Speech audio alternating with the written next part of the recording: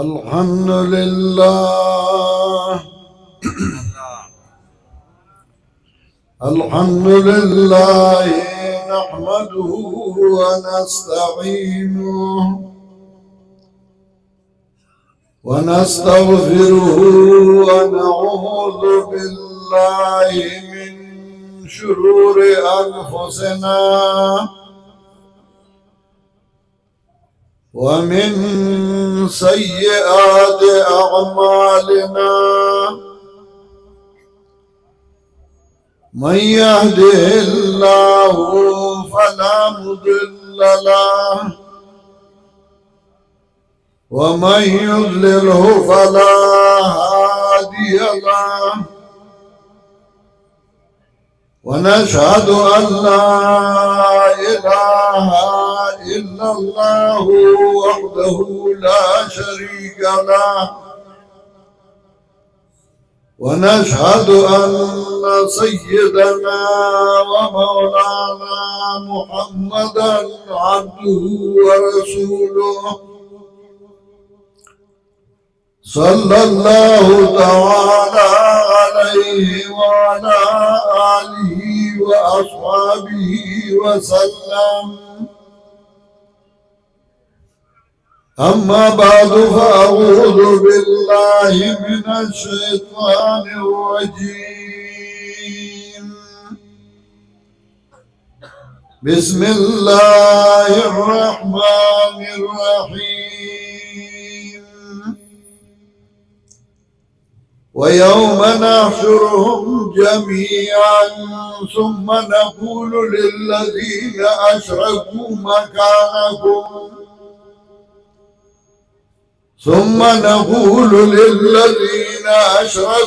مكانكم أنتم وشركاؤكم فزيّلنا بينهم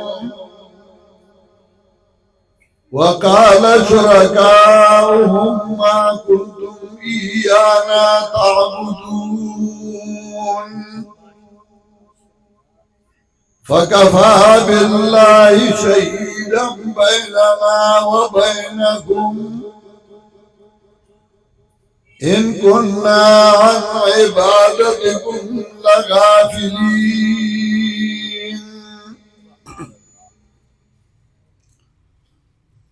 میرے محترم عزیز بھائیو،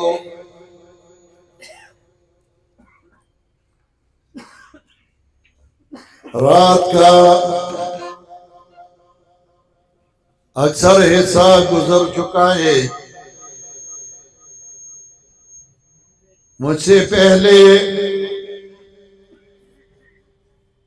بہت سارے علماء کرام نے خطابات کیے اور آپ لوگوں نے سنے۔ اللہ تعالیٰ کے دربار میں دعا گو ہوں کہ ہم سب کو اس پر عمل کرنے کی توفیق عطا فرمائے۔ بیانات تھوڑے ہو یا زیادہ ہو، لیکن اگر اس پر عمل نہ کیا جائے تو اس بیانات کا کوئی فائدہ نہیں، سننے والے کو کوئی فائدہ نہیں پہنچے تو اس کا اجر بھی نہیں اور ثواب بھی نہیں۔ اور اگر سننے والے اور سنانے والے اللہ کی رضا کے لیے اور اللہ کے خوشنودی کے لیے بیان کرے اور بیان سنے، تھوڑا بیان ہو لیکن اس کا فائدہ ہوگا۔ میں دربار خداوندی میں دعا گو ہوں کہ اللہ تعالیٰ مجھے قرآن و سنت کے مطابق بیان کرنے کی توفیق عطا فرمائے اور پھر ہم سب کو اس پر عمل کرنے کی توفیق عطا فرمائے۔ اس دنیا میں اللہ رب العزت نے بہت ساری چیزیں ضرور پیدا کیے، اس میں حیوانات بھی ہیں، پرندے اور طیور بھی ہیں، انسان بھی ہے، جنات بھی ہیں، لیکن انسانی زیرو اشیاء میں اللہ رب العزت نے انسان کو اشرف المخلوقات بنا دیا، اور پھر انسانوں میں پروردگار عالم نے علماء کرام، صحابہ کرام، انبیاء علیہ السلام کو اشرف و شرف بنا دیا۔ جتنی بھی انسان ہیں، انبیاء علیہ السلام ہو، صحابہ کرام ہو، علماء ہو، عوام ہو، یہ سارے انسان اللہ تعالیٰ نے 3 چیزوں سے مرکب بنائے۔ پہلا، اللہ رب العزت نے انسان کے بدن میں گوشت پیدا کیا۔ دوسرے، اللہ تعالیٰ نے ہڈی پیدا کی، اور تیسرا، اللہ رب العزت نے ان کے ہڈیوں اور گوشت کے درمیان خون پیدا کیا۔ ہر ایک کا اپنا اپنا اثر، ہر ایک کا اپنا اپنا فائدہ۔ پھر گوشت میں اللہ رب العزت نے کچھ ایسی گوشت پیدا کی جن میں سننے کی طاقت ڈالی، کچھ ایسی اعضاء پیدا کی جن میں دیکھنے کی طاقت پیدا کی، کچھ ایسی پیدا کی جس میں اللہ رب العزت نے سوچنے کی طاقت پیدا کی۔ پھر ہر ایک کی اپنی اپنی ذمہ داری ہے بدن میں۔ اگر گوشت میں سننے کی طاقت ختم ہو جائے تو انسان کامل انسان نہیں ہو سکتا۔ اگر دیکھنے کی طاقت نہ ہو پھر اس کو اندھا کہا جاتا ہے، اور وہ بھی کامل انسان نہیں ہو سکتا۔ لیکن انسان میں اللہ رب العزت نے ایک چھوٹا سا اندام، چھوٹا سا عضو پیدا کیا جس کو دل کہا جاتا ہے۔ اس میں اللہ تعالیٰ نے سوچنے،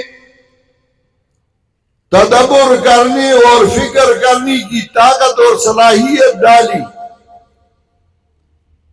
اسی وجہ سے اللہ نے فرمایا، کیا ان کے دل نہیں ہے کہ اس پہ سوچ لے؟ دل تو تھی، لیکن اس میں سوچنے کی عادت، جو صلاحیت اللہ نے پیدا کیا اس سے انہوں نے فائدہ نہیں اٹھایا۔ اللہ تعالیٰ نے دل و دماغ میں سوچنے اور تدبر اور فکر کی صلاحیت ڈالی، اور انسان اور دوسرے اشیاء میں یہ فرق ہے کہ جو عقل مند انسان ہو، ہوشیار انسان ہو، وہ بھی اپنے لیے رفقا، اپنے لیے دوست اور اپنے لیے ہم نشین تلاش کرتا ہے، اور جس دل میں سمجھ نہ ہو، سوچ نہ ہو، وہ بھی اپنے لیے رفقا، اپنے لیے دوست تلاش کرتا ہے۔ لیکن جن انسانوں کو اللہ تعالیٰ نے صحیح عقل دیا، صحیح دماغ دی، پھر انہوں نے اس سے فائدہ اٹھایا، تو انہوں نے اپنے لیے اچھے اچھے دوست، اچھے اچھے رفقا اور اچھے اچھے ہم نشین تلاش کیے جن کو اللہ تعالیٰ نے دل و دماغ دیا تھا، لیکن انہوں نے اس سے فائدہ نہ اٹھایا، بے وقوف تھے، کم عقل تھے، تو انہوں نے اپنے لیے برے ہم نشین، برے دوست اور برے احباب تلاش کیے۔ قرآن کریم آپ اول سے آخر تک دیکھ لیں، اس میں اللہ رب العزت نے ان دونوں انسانوں کا تذکرہ کیا ہے۔ میں نے آپ کے سامنے سورہ یونس کی 2 آیات تلاوت کی، اس میں بھی اللہ رب العزت نے ان انسانوں کا تذکرہ کیا جنہوں نے اپنے لیے اچھے دوست تلاش نہیں کیے، عقل، سوچ اور دماغ سے فائدہ نہ اٹھایا، تو وہ دوست جو دنیا میں اس کے لیے رسوائی کا سبب بنی تھی، آخرت میں بھی رسوائی اور ذلت کا سبب بنی۔ اور جنہوں نے اچھے دوست تلاش کیے ان کا تذکرہ جب قرآن کریم نے ذکر کیا تو اللہ سورہ طور میں فرماتے ہیں وَأَقْبَلَ بَعْضُهُمْ عَلَى بَعْضٍ يَتَسَاءَلُونَ إِنَّا كُنَّا قَبْلُ فِي أَهْلِنَا مُشْفِقُونَ فَمَنَّ اللَّهُ عَلَيْنَا وَوَقَانَا عَذَابَ السَّمُومِ إِنَّا كُنَّا مِن قَبْلُ نَدْعُوهُ إِنَّهُ هُوَ الْبَرُّ الرَّحِيمُ۔ آپس میں جب ملیں گے تو ایک دوسرے کو کہیں گے اِنَّا كُنَّا مِن قَبْلُ نَدْعُوهُ، ہمارا تعلق، ہماری دوستی، ہماری محبت وہ صرف ایک مسئلے کی وجہ سے تھا کہ ہم اللہ کو پکارتے تھے، اِنَّا كُنَّا مِن قَبْلُ نَدْعُوهُ، ہم اللہ کو پکارتے تھے اپنی حاجات میں، اپنی ضروریات میں، اِنَّهُ هُوَ الْبَرُّ الرَّحِيمُ، واہ احسان کرنے والا مہربان ذات تھا کہ ہماری دوستی اور ہمارا تعلق اسی مسئلہ کی وجہ سے بنایا گیا تھا۔ انسان کا تعلق کسی کے ساتھ یا مال و دولت کی وجہ سے ہوتا ہے، یا تعلق مفادات کی خاطر ہوتا ہے، یا تعلق عقیدے کی وجہ سے بن جاتا ہے۔ قرآن کریم میں ان تینوں کا تذکرہ کیا ہے۔ کچھ ایسے انسان تھے جن کا تعلق مال و دولت کی وجہ سے تھا، کچھ ایسے انسان تھے جن کا تعلق رشتے اور خون کی وجہ سے تھا، کچھ ایسے انسان تھے جن کا تعلق عقیدے اور عمل کی وجہ سے تھا۔ ابو لہب اور جناب محمد مصطفیٰ صلی اللہ علیہ وسلم کا تعلق رشتے اور خون کی وجہ سے تھا، لیکن جب عقیدے کے تعلق کے مقابلے میں آیا تو اللہ نے فرمایا تبت یدا ابی لہب وتب ما اغنی عنہ مالہ وما کسب سیصلی نارا ذات لہب وامرأتہ حمالۃ الحطب فی جیدہا حبل من مسد۔ لیکن جب عقیدے کی وجہ سے تعلق بن جاتا ہے، عمل کی وجہ سے تعلق بن جاتا ہے، اس کا تذکرہ جب قرآن کریم نے کیا تو اللہ فرماتے ہیں وَالَّذِي أَيَّدَكَ بِنَصْرِهِ وَبِالْمُؤْمِنِينَ وَأَلَّفَ بَيْنَ قُلُوبِهِمْ وَلَوْ أَنفَقْتَ مَا فِي الْأَرْضِ جَمِيعًا مَا أَلَّفْتَ بَيْنَ قُلُوبِهِمْ وَلَكِنَّ اللَّهَ أَلَّفَ بَيْنَهُمْ۔ اللہ وہ ذات ہے جنہوں نے آپ کی تائید کی، آپ کی نصرت کی اپنے امداد کے ساتھ، وَبِالْمُؤْمِنِينَ، اور مومنین کی جماعت سے، مومنین کی جماعت کی وجہ سے والذی ایدک بنصرہ وبالمؤمنین والف بین قلوبہم، اور پہ ان کے درمیان بھی محبت ڈالا۔ کبھی کبھار ایک انسان دنیا میں کام کرنے والا ہو لیکن اس کے ساتھ اللہ کی نصرت اور معیت نہ ہو، وہ کام نہیں کر سکتا۔ کبھی کبھار اللہ کی طرف سے نصرت ہو لیکن ان کی جماعت، ان کے ساتھی، ان کے دوست، ان کے احباب نہیں ہوتے، تو دوسرا نعمت اللہ نے ذکر کیا، وَأَيَّدَكَ بِنَصْرِهِ وَبِالْمُؤْمِنِينَ، تمہیں ایسے ساتھی دیے جو ایمان والے ہیں۔ کبھی کبھار اراکین بھی ہوتے ہیں، احباب بھی ہوتے ہیں، دوست بھی ہوتے ہیں، لیکن وہ آپس میں لڑ پڑتے ہیں، ایک دوسرے کی مقابلہ کرتے ہیں، ایک دوسرے کی مخالفت کرتے ہیں، اور پھر دل میں وہ بات رکھتی ہے، بغض اور حسد اور عناد، وہ لوگ کام نہیں کر سکتے۔ شاید بڑوں کو یاد ہوگا، نئی نسل کو تو یہ بات یاد بھی نہ ہوگی، ایک دفعہ ادھر تعلیم القرآن میں جلسہ تھا، وہ جلسے میں سید عنایت اللہ شاہ بخاری رحمہ اللہ بھی تشریف لائی تھے، پنڈی شیخ القرآن مولانا غلام اللہ خان صاحب نے پروگرام رکھا تھا۔ اسی زمانے میں ادھر دور حدیث میں مولانا عبد الرحمن مینوی صاحب تھے، وہ دور حدیث پڑھاتے تھے، تو ہمارے پنجپیر میں جو شیخ الحدیث تھے مولانا محمد یار باچا صاحب، جو ابھی وفات پا چکے ہیں، اللہ ان کی مغفرت فرمائے، اسی سال وہ ادھر پڑھتے تھے۔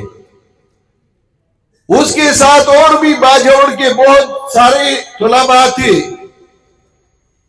جلسہ جب شروع ہوا تو وہ جلسے میں کچھ لوگوں نے شرارت کی، اور وہی چاہتی تھی کہ سید عنایت اللہ شاہ صاحب کو امارت سے ہٹا دے، چونکہ وہ امیر تھے، اور حضرت شاہ صاحب اور پنڈی شیخ القرآن کا اس وقت تھوڑا سا آپس میں اختلاف تھا، بھٹو کا دور تھا، اور اس وقت ایک مسئلہ تھا، اسی میں تھوڑا سا اختلاف پیدا ہوا تھا۔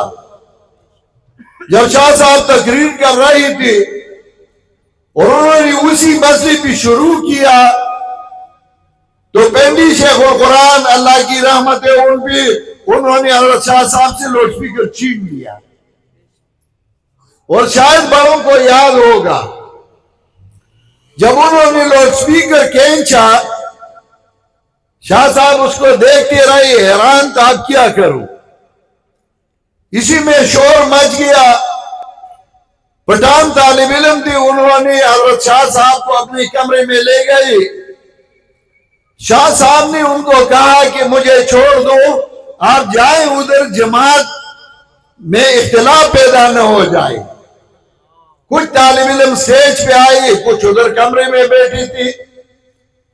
طالب علم جب سٹیج پہ آئی تو ایک بندے نے اعلان کیا کہ فلاں ہمارا امیر ہوگا، اور اس وقت ادھر پنجاب میں ایک بڑا اچھا مقرر تھا ضیاء القاسمی رحمہ اللہ، وہ بھی سٹیج پہ بیٹھی تھی، تو انہوں نے اعلان کیا کہ ضیاء القاسمی صاحب ہمارا ناظم اعلیٰ ہوگا۔ پنڈی شیخ القرآن نے لاؤڈ سپیکر پہ تقریر شروع کی۔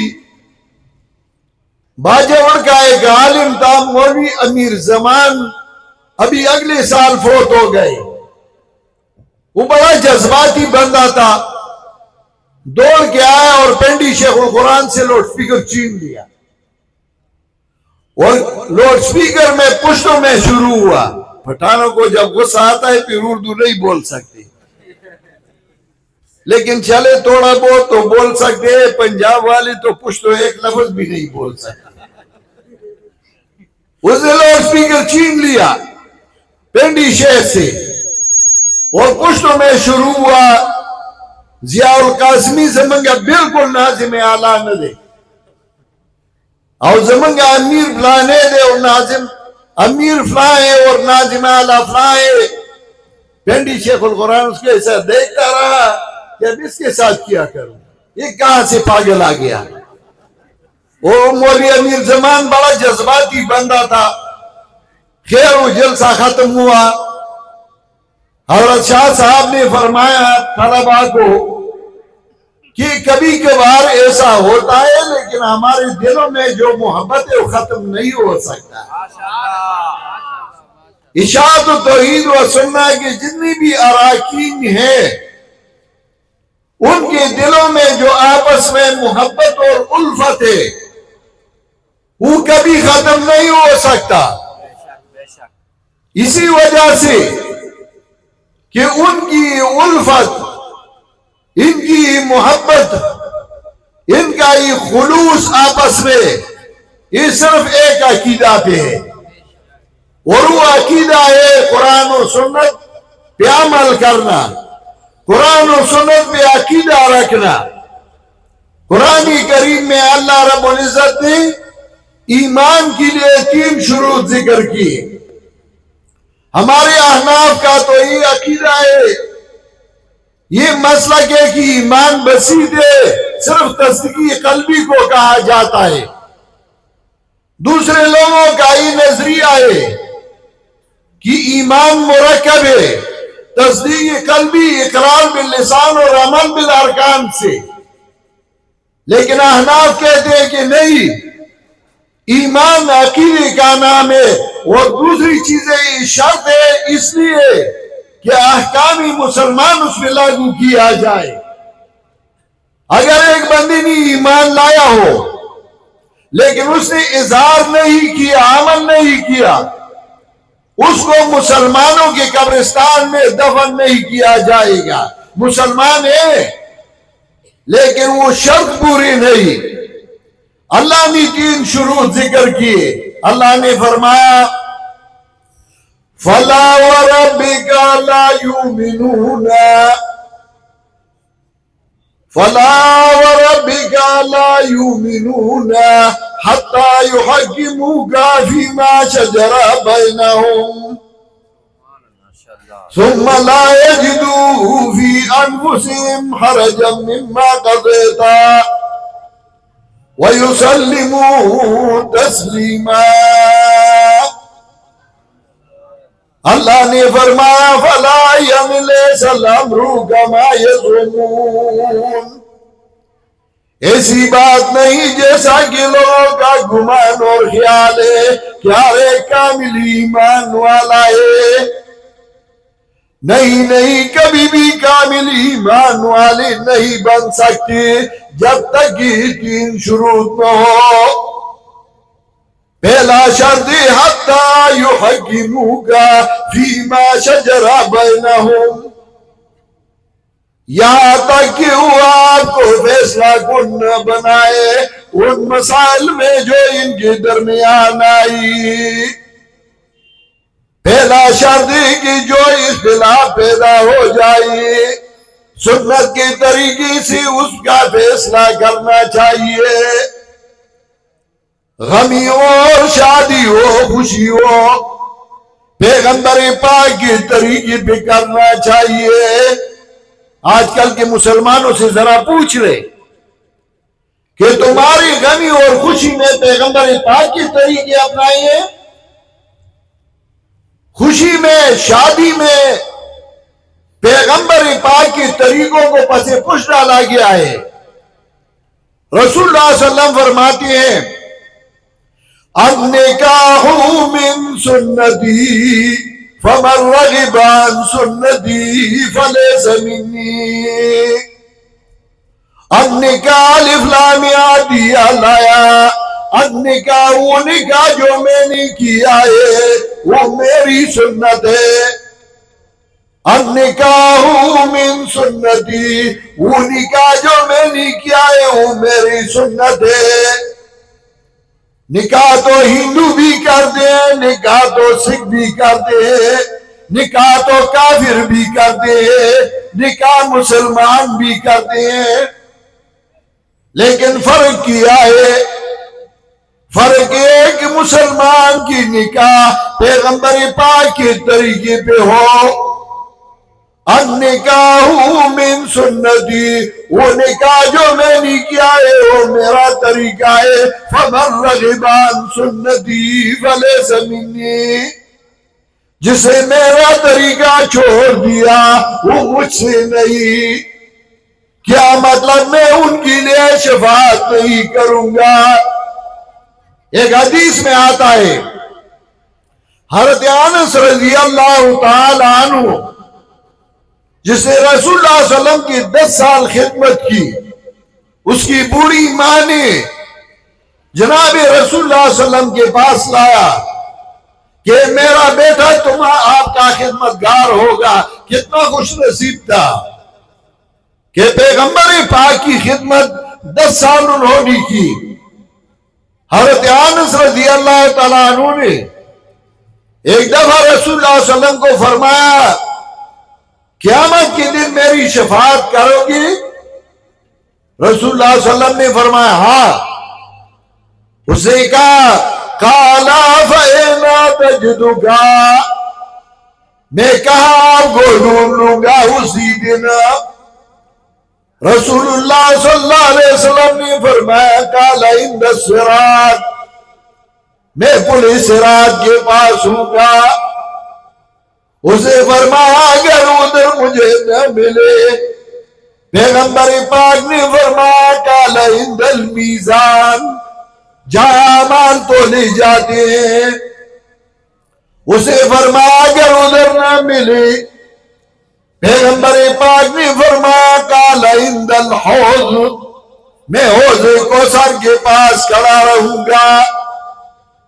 حوض کوثر آنیتہ کعدد نجوم السماء، اس کے برتن آسمان کے ستاروں جیسے ہے، اور ماؤہ اشد بیاضا من اللبن واحلا من العسل، اس کے پانی دودھ سے بھی زیادہ سفید ہوگا اور شہد سے بھی زیادہ میٹھا ہوگا۔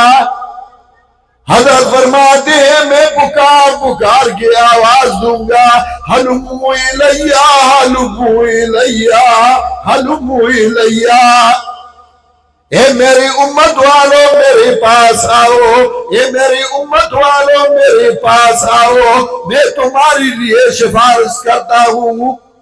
شفاعت کی 2 قسمیں ہیں، یہ جان لو۔ ایک ہے شفاعت قہری اور دوسرا ہے شفاعت اذنی۔ شفاعت قہری، شفاعت کا معنی ہے چھڑوانا۔ اللہ سے کوئی زبردستی کسی کو نہیں چھڑا سکتا۔ اگر کوئی کہے کہ میرا پیر ہے مجھے چھڑائے گا، کوئی چھڑانے والا نہیں۔ کوئی کہے میرا ولی ہے، قبر ہے، زیارت ہے، وہ میرے چھڑانے والا ہے، کوئی چھڑانے والا نہیں ہے۔ خبروں سے تجھ کو امید ہے، خدا سے نہ امیدی، مجھے بتا دو صحیح اور کافری کیا ہے۔ فقط نگاہ سے ہوتا ہے فیصلہ دل کا، نہ ہو نگاہ میں شوخی تو دل بری کیا ہے۔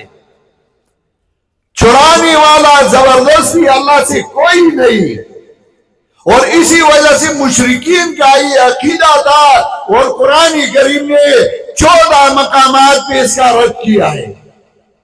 اللہ نے فرمایا وَيَعْبُدُونَ مِن دُونِ اللَّهِ مَا لَا يَضُرُّهُمْ وَلَا يَنفَعُهُمْ وَيَقُولُونَ هَؤُلَاءِ شُفَعَاؤُنَا عِندَ اللَّهِ، یہ اللہ کے بغیر دوسروں کی عبادت کرتے ہیں۔ یعبدون من دون اللہ ما لا یضرهم ولا ينفعهم، ان کی عبادت کرتے ہیں جو نہ ان کو نفع پہنچا سکتے ہیں نہ ان کو نقصان پہنچا سکتے ہیں۔ پھر کیوں ان کی عبادت کرتے ہیں؟ کیوں ان کے نام پہ پکارتے؟ کیوں ان کے اللہ پہ نظر نیازی اور چڑھائے دیتے ہیں، اسی نیت سے کہ ان کا ہی عقیدہ ہے ہؤلاء شفاعنا عند اللہ، یہ لوگ ہی نیک بندے ہمارے لیے اللہ کے ہاں سفارشی ہے۔ مشرکین کا یہ عقیدہ تھا، اور اسی وجہ سے امام راضی رحمہ اللہ نے لکھا ہے وَنَذِيرُهُ فِي هَذَا الزَّمَانِ اشتغال كثير من الخلق بتعظیم قبور الاکابر على اعتقاد انهم اذا عظموا قبورهم فيكونون لهم شفاعا عند اللہ۔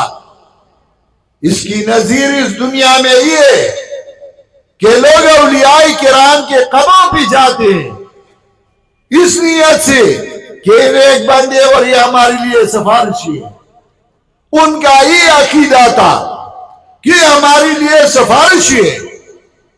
یہ شفاعت قہری قرآن کریم نے 14 مقامات پہ میں ان پہ رد کیا ہے۔ دوسرا ہے شفاعت اذنی۔ شفاعت اذنی یعنی جب اللہ تعالیٰ اجازت دے اور وہ اس کے لیے شروط ہے، پہلا یہ کہ قیامت کے بعد ہوگا، دوسرا ہے کہ سب سے پہلے پیغمبر پاک کو اجازت دیا جائے گا شفاعت کا، انا اول من یشفع۔ تیسرا یہ کہ شفیع بھی توحید والا ہو اور مشہور، اور چوتھا ہے کہ مشہور بھی توحید والا ہو، الا من بعد ان یاذن اللہ لمن یشاء ویرضی۔ تو حضرت فرماتے ہیں میں پکار کے کہوں گا ہلموا الیہ ہلموا الیہ، اے میری امت والوں میرے پاس آؤ، اے میری امت والوں میرے پاس آؤ۔ اور رسول اللہ صلی اللہ علیہ وسلم اپنی امت والوں کو شفاعت کے لیے شفاعت کرے گا۔ گناہگار ہے لیکن ان کے لیے شفاعت ہوگی۔ اسی میں ایک گروہ رسول اللہ صلی اللہ علیہ وسلم کی طرف آتے رہیں گے۔ حدیث میں آتا ہے فَيُحَالُ بَيْنِي وَبَيْنَهُمْ، میرے اور ان کے درمیان حائل ہوا کہ ہو جائے گا، فرشتے کھڑے ہوں گے اور میری امت والوں کو جہنم کی طرف روانہ کر دیں۔ اللہ تعالی ہمیں ان سے بچائے۔ جب جہنم کی طرف روانہ کی جائیں گے، بخاری کی روایت ہے، اس میں ذرا سوچ لے تو حضرت فرمائیں گے حسیابی حسیابی حسیابی، اور دوسری روایت میں آتا ہے اصحابی اصحابی اصحابی، حسیابی حسیابی حسیابی، یہ میری امت ہے، یہ میری امت ہے، یہ میری امت ہے، میں ان کے لیے شفاعت کرتا ہوں۔ میری امت کے اصحابی معنی میری امت کے، تو فرشتے فرمائیں گے رسول اللہ صلی اللہ علیہ وسلم کو انکا لا تدری ما احدث بعدک۔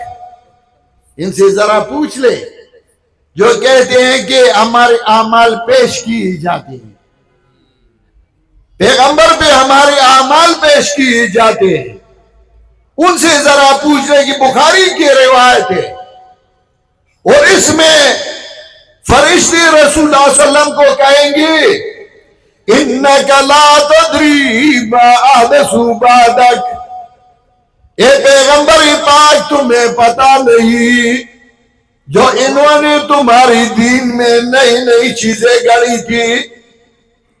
اس حدیث کا مطلب یہ ہے کہ پیغمبر پاک کو امت کے اعمال کا پتہ نہیں۔ ان کو کہہ دینا جو شیخ الحدیث لوگ ہیں، حدیث پڑھاتے ہیں، انکا لا تدری ما احدث بعدک، جب اس پہ اعمال پیش کیے جاتے ہیں تو پھر یہ کیوں کہا جاتا ہے انکا لا تدری ما احدث بعدک، تمہیں پتہ نہیں جو انہوں نے تمہاری دین میں نئی چیزیں گڑی تھی۔ احداث اور تدین یہ دو شرطیں ہیں بدعت میں۔ بدعت اس چیز کو کہا جاتا ہے جو نیا ہو، پیغمبر اور صحابہ کرام نے نہیں کیا ہو، اور دوسرا ہے کہ اس کو دین سمجھے۔ اگر دین نہ سمجھے، دنیاوی کام ہو، اس کو بدعت نہیں کہا جاتا۔ نیا بھی ہو، اس کو دین بھی سمجھے، اس کو بدعت کہا جاتا ہے۔ پھر بدعت حقیقی ہے، اضافی ہے، بدعت کے پھر مختلف اقسام ہیں، اور اگر آپ تفصیل چاہتے ہیں تو میرے والد حضرت شیخ القرآنی والحدیث حضرت مولانا محمد طاہر نور اللہ مرکزہ کی کتاب اصول السنہ پڑھ لے۔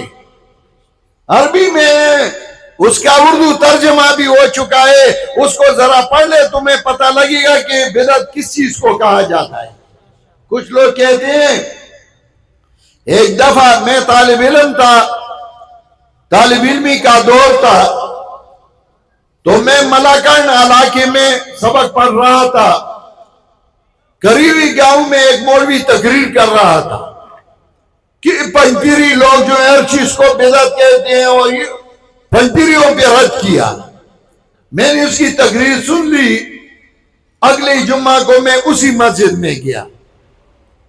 جب میں ادھر گیا، اس مولوی کو میں نے لوگوں کے سامنے بٹھا دیا کہ تم نے اگلے جمعہ تقریر میں یہ کہا تھا، اب میں آیا ہوں، میرے ساتھ بحث کر لو۔ بات شروع ہو گئی۔ اس نے مجھے کہا کہ نبی علیہ السلام نے حلوہ اور پراٹھے کھائی تھی، یہ بھی پھر بدعت ہے۔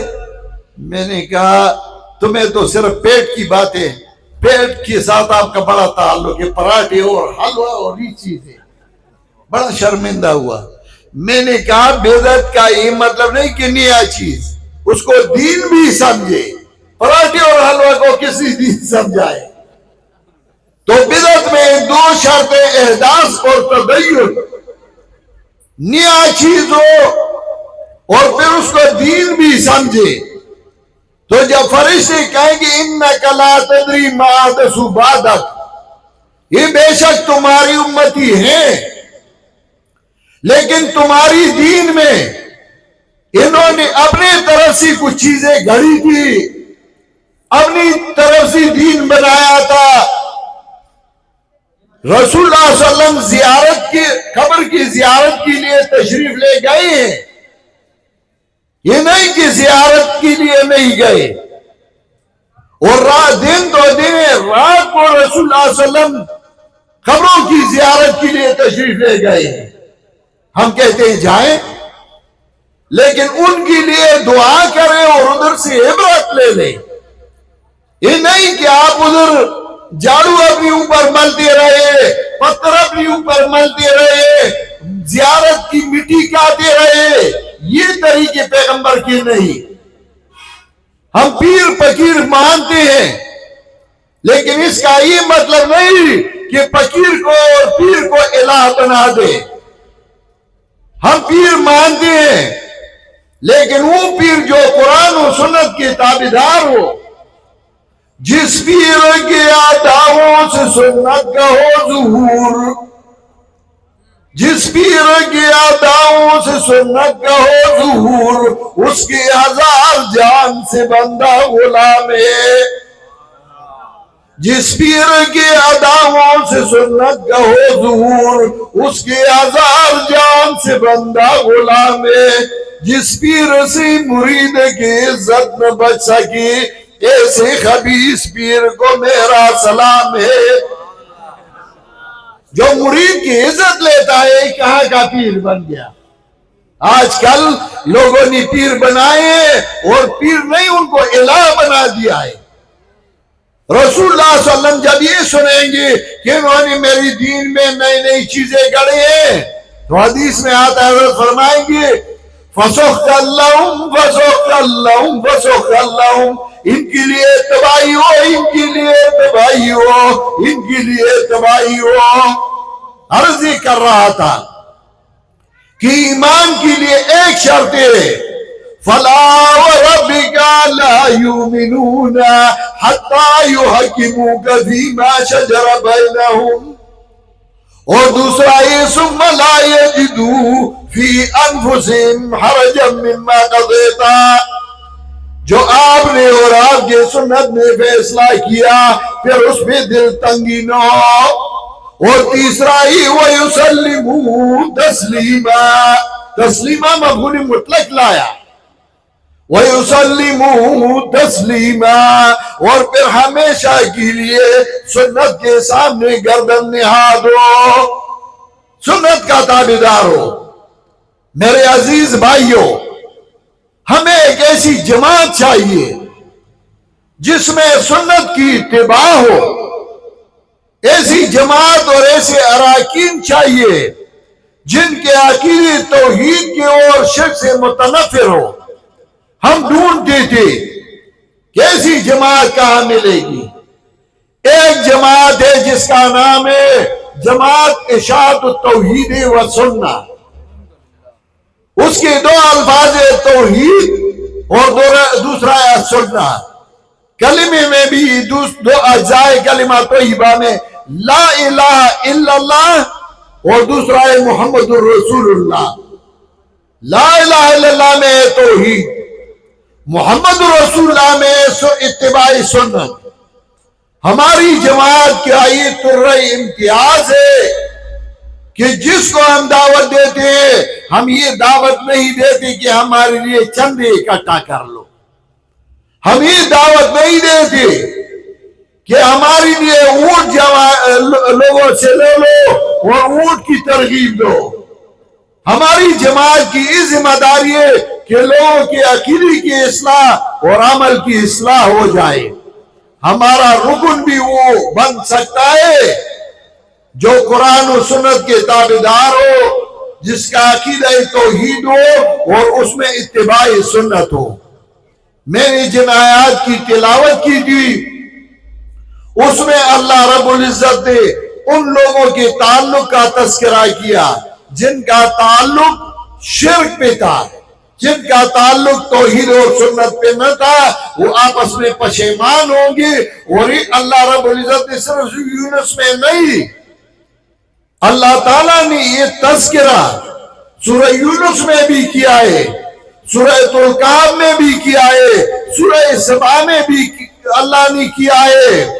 وَقَالَ الَّذِينَ كَفَرُوا لَن نُّؤْمِنَ بِهَذَا الْقُرْآنِ وَلَا بِالَّذِي بَيْنَ يَدَيْهِ وَلَوْ تَرَىٰ إِذِ الظَّالِمُونَ مَوْقُوفُونَ عِندَ رَبِّهِمْ يَرْجِعُ بَعْضُهُمْ إِلَىٰ بَعْضٍ الْقَوْلَ، ایک دوسرے کو جواب دیتے رہیں گے، مقابلہ کرتے رہیں گے۔ يَقُولُ الَّذِينَ اسْتُضْعِفُوا لِلَّذِينَ اسْتَكْبَرُوا لَوْلَا أَنْتُمْ لَكُنَّا مُؤْمِنِينَ، وہ کمزور کہیں گے، وہ مرید کہیں گے اپنی پیروں کو، وہ شاگرد کہیں گے اپنے اساتذہ کو، لولا انتم لکنا مومنین، اگر تم نہ ہوتے ہم ایمان والے ہوتے۔ قال الذین استکبروا للذین استضعفوا انحن صددناکم عن الہدی بعد اذ جاءکم بل کنتم مجرمین۔ وہ پیر اور مولوی، وہ غلط قسم کے مولوی اپنی مریدوں کو، اپنے شاگردوں کو کہیں گے انحن صددناکم عن الہدی، خیر الہدی ہدی محمد صلی اللہ علیہ وسلم، ہم نے آپ کو منع کیا تھا قرآن و سنت کی اتباع سے، خود بھائی مانتے، ہمارے اوپر کیوں الزام ڈالتے ہو؟ یقول الذین استضعفوا، پھر کہیں گے وہ کمزور کہ بل مکر اللیل والنہار استأمروننا ان نکفر باللہ ونجعل لہ اندادا، دن اور رات کو آپ لگی ہوئی تھی، ہمیں کہتی تھی کہ ہم اللہ پہ کفر کریں اور نجعل لہ اندادا، اللہ کے لیے اس کے ہم مثل بنا دیں۔ انداز جمع ند کا، ند مثل کو کہا جائے۔ آپ کہتی تھی یہ بیماری کا ذمہ دار ہے، یہ اولاد کا ذمہ دار ہے، یہ مقدموں کا ذمہ دار ہے، یہ سر درد کا ذمہ دار ہے، یہ فلاں چیز کا ذمہ دار ہے، یہ ہمہ کچھ کا ذمہ دار ہے۔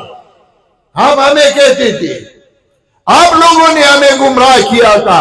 میرے عزیز بھائیوں، قیامت کے دن اگر یہ جھگڑے ہیں تو آج ذرا سوچ لے، اللہ تعالیٰ نے تمہارے اندام میں، تمہارے بدن میں ایک اندام پیدا کیا ہے، دل اور دماغ، جس پہ سوچنا چاہیے۔ سوچ لو کون سے لوگ ہیں جو تمہارے عقیدے اور عمل کی اصلاح کرنے والے ہیں، کون سے لوگ ہیں جو تمہیں گمراہ کر رہے ہیں۔ یہی جماعت اشاعت توحید و سنت، جن کا مقصد صرف اور صرف یہ ہے کہ لوگوں کے عقیدے اور عمل کی اصلاح ہو۔ اللہ تعالیٰ ہم سب کو قرآن و سنت پہ عمل کرنے کی توفیق عطا فرمائے۔ جن ساتھیوں نے یہ پروگرام بنائے، ہم سب کو اکٹھا کیا ہے، اللہ تعالیٰ ان کے آل و عیال میں، ان کی زندگی میں برکت عطا فرمائے۔ جو دوست دور دراز سے قریب سے تشریف لا چکے ہیں، دعا کیجئے کہ اللہ تعالیٰ ان سب کو اجر عظیم عطا فرمائے۔ اللہ ان کو دنیا اور آخرت میں بیماروں کے لیے بھی دعا کرے۔ بہت سارے ساتھی ان کے رشتہ دار بیمار ہیں، اللہ تعالیٰ ان کو صحت کاملہ عطا فرمائے۔ جو مسلمان بھائی بہن بڑے چھوٹے وفات پا چکے ہیں، اللہ تعالیٰ ان سب کی مغفرت فرمائے۔ جنہوں نے ہمارے ہاتھ میں قرآن و سنت دیا ہے، جنہوں نے ہمیں صحیح راستہ دکھایا ہے، جنہوں نے ہمیں اس جماعت کی خدمت پہ لگائے، دعا کیجئے کہ اللہ تعالیٰ ان کے سب کی قبروں کو منور فرمائے۔